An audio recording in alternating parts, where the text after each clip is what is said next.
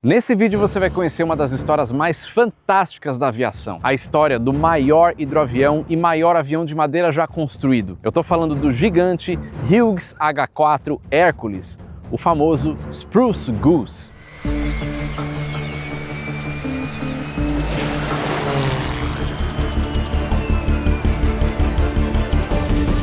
Fala pessoal do Aero, tudo bem? Durante a Segunda Guerra Mundial, os oceanos eram um campo de batalha silencioso e mortal. Os submarinos alemães afundaram centenas de navios aliados no Atlântico e os Estados Unidos precisavam de uma forma segura de transportar tropas e suprimentos para a Europa. Foi aí então que nasceu uma das ideias mais ousadas da história da aviação: construir um avião do tamanho de um navio, tão grande que seria capaz de cruzar o Oceano Atlântico carregando tanques, soldados e equipamentos, tudo de uma vez. E tudo isso feito de madeira. Lembrando que naquele momento, na década de 40, já existiam hidroaviões gigantescos, mas a ideia era construir um negócio maior ainda. Em 1942, o magnata da construção naval Henry Kaiser, famoso pelos navios Liberty, se uniu ao genial engenheiro aeronáutico Howard Hughes, um dos maiores visionários da aviação, que inclusive ele foi tema do famoso filme O Aviador, do Martin Scorsese, que ele foi interpretado pelo ator Leonardo DiCaprio. Inclusive eu recomendo esse filme porque conta toda a história de uma forma bem bacana.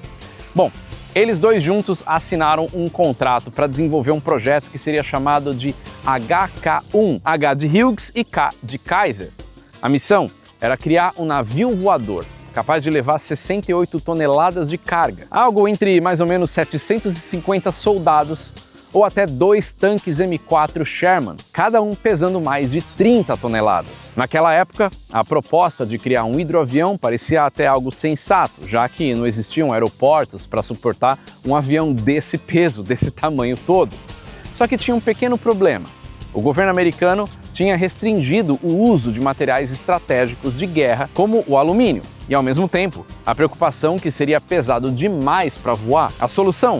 Construir um avião quase que inteiro de madeira, usando uma técnica inovadora chamada de Duramold, que unia lâminas muito finas de madeira com resina. Seria mais ou menos a ideia de um material composto, só que em vez de ser uma fibra de carbono, era madeira. Isso aí era feito sob calor e pressão, criando então uma estrutura leve, resistente e muito complexa. Eu estou falando de uma tecnologia aeronáutica naquele momento avançada.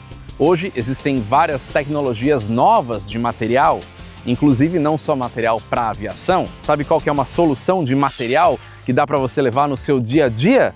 Pois é, depois que eu conheci essa camiseta aqui, ó, da Insider, que tem um material que faz a sua transpiração evaporar mais rápido e que você não sente muito calor e que se molda ao corpo, a minha vida mudou e eu uso Insider para tudo quanto é ocasião. Inclusive você pode ver aí nos stories que eu faço nas redes sociais, nos Reels, então não é só a parte da propaganda não, eu realmente gosto do produto e indico. O exemplo dessa tecnologia toda é a Tech T-Shirt, que é essa camiseta, que ela tem a regulação térmica, desamassa super fácil, é leve e é ótima para qualquer ocasião. Acontece que a Insider está com 30% off, somando os descontos do site com o meu cupom aqui AERO, e ainda devolve 20% de cashback para usar depois. E a Insider não tem só camiseta, ela também tem camiseta polo, tem cueca, meia, bermuda, enfim, tem de tudo, do casual até o sofisticado, e fica sempre impecável. O melhor de tudo é que o cupom aqui do Aero por Trás da Aviação soma com todos os descontos do site, você tem muito desconto, e isso é para você experimentar de uma vez o que eu estou sempre trazendo para você.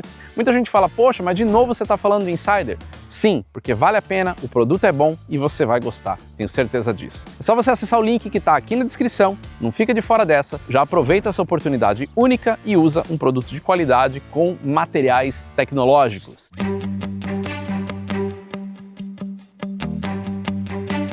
Voltando à história desse avião gigantesco, apesar do público chamar ele de Spruce Goose, ou seja, o ganso de abeto, abeto é uma espécie de árvore, só que o avião era quase que todo feito de bétula, que é um outro tipo de árvore produzindo um diferente tipo de madeira. Só que eu falando assim até parece que o negócio foi fácil, mas longe disso.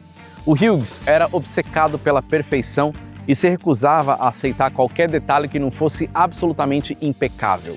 Então, isso acabou levando o projeto a atrasos intermináveis e uma crescente frustração por parte do seu parceiro, o Henry Kaiser, que acabou abandonando o projeto.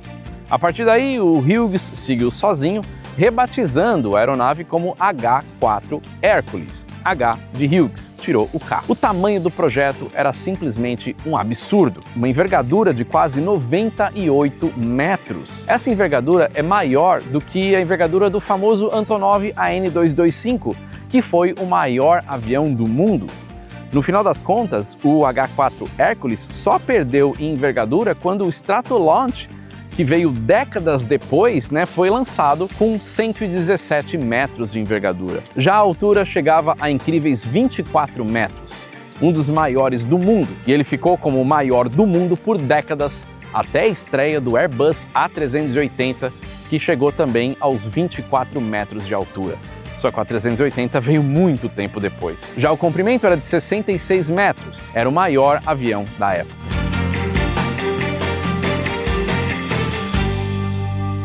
Só para você ter uma ideia, só o transporte das partes do avião foi uma operação monumental. A fuselagem e as asas gigantes foram levadas pelas ruas de Los Angeles até o porto de Long Beach em 3 seções enormes, e quando tudo chegou, o Hughes mandou construir um hangar inteiro em volta do avião com uma rampa especial para o mar. Já os motores escolhidos foram 8 motores Pratt & Whitney R4360 Wasp Major, com 28 cilindros cada um, gerando 3.000 HPs, sendo um dos motores mais potentes naquela época.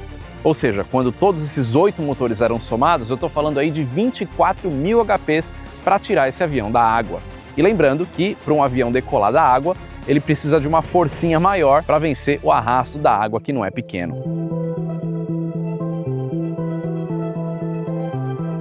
O planejamento é que esse avião, o H-4 Hercules, alcançasse 400 km por hora de velocidade de cruzeiro, com uma autonomia de 4.800 km, com um teto operacional de mais ou menos 20.900 pés. Isso daí dá mais ou menos 6.400 metros de altitude. Mas o projeto, que começou como prioridade de guerra, acabou não ficando pronto a tempo. Em 1947, a guerra já tinha terminado. E aí, com isso, muita gente começou a questionar o uso de dinheiro público em uma aeronave que nunca tinha voado. O caso chegou até no Senado americano e o Howard Hughes foi chamado para depor. Isso, inclusive, tem no filme O Aviador. Lá no seu depoimento, ele fez um dos discursos mais icônicos da história da aviação, falando assim, Now, I've put the sweat of my life into this thing. I have my reputation rolled up in it. And I have stated several times that if it's a failure, I'll probably leave this country and never come back, and I mean it. Quer dizer o seguinte, eu dediquei o suor da minha vida para esse projeto. A minha reputação está totalmente em jogo e eu já declarei isso várias vezes, que se for um fracasso, provavelmente eu vou deixar esse país e nunca mais voltarei. E eu falo sério.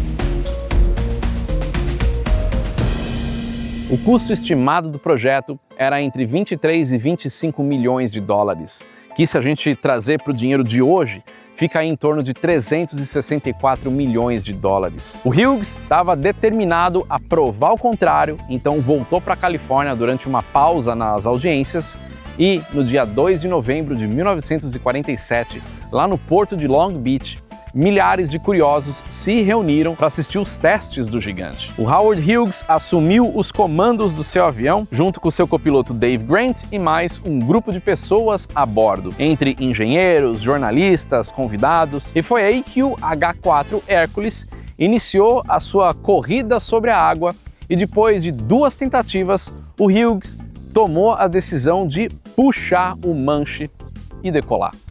Por alguns segundos que entraram para a história, o que parecia impossível aconteceu. Aquele enorme avião de madeira começou a levantar voo suavemente sobre as águas, voando a 217 km por hora e permaneceu ali no efeito solo, alcançando mais ou menos 21 metros de altura e voando por mais ou menos 1,6 km durante só 26 segundos no ar. Por mais que fosse pouco tempo, foi suficiente para o Hughes provar que o seu projeto podia de fato voar.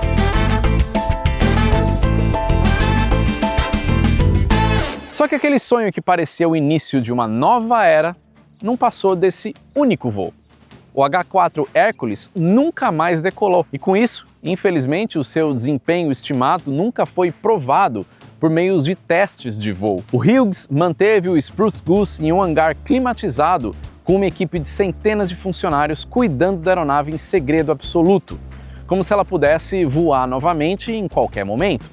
Só que os anos foram passando, aí quase 30 anos depois se passou, aí o Howard Hughes acabou falecendo e o avião estava em perfeitas condições, quase 30 anos depois. Isso daí é uma prova da tamanha obsessão e do perfeccionismo de seu criador, o Howard Hughes. Nos anos 80, o avião foi finalmente exibido ao público. O Aero Club of Southern California adquiriu o H-4 Hercules e colocou ele em uma exposição dentro de uma gigantesca cápsula geodésica do lado do navio Queen Mary, em Long Beach. Esse local acabou virando uma atração turística, palco de eventos e até shows, tudo isso feito sob as asas do lendário Spruce Goose.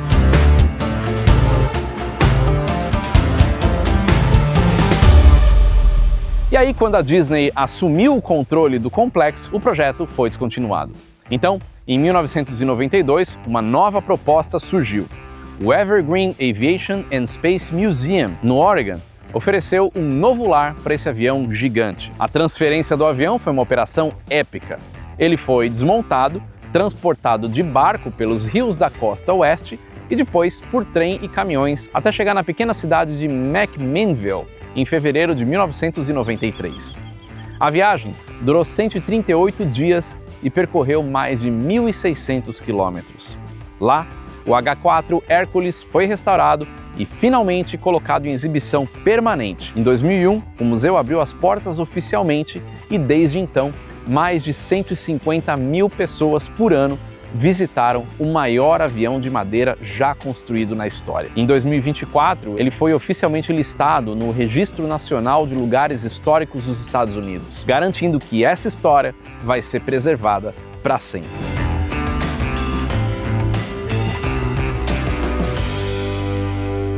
Enfim, o Spruce Goose continua imponente, abrigado em um hangar moderno com várias aeronaves sob as suas asas, mostrando a diferença absurda de tamanho entre o Spruce Goose e esses outros aviões. Até hoje ele permanece em excelente estado, uma cápsula do tempo de um período em que a imaginação não tinha limites e a ambição humana tentava alcançar o impossível. O Hughes H-4 Hercules foi mais do que uma simples aeronave, ele se tornou o símbolo da aviação. O Howard Hughes talvez tenha voado só 26 segundos com ele, mas na história da aviação, o Spruce Goose voa até hoje. Inclusive, no Flight Simulator é possível você pilotar ali o Spruce Goose.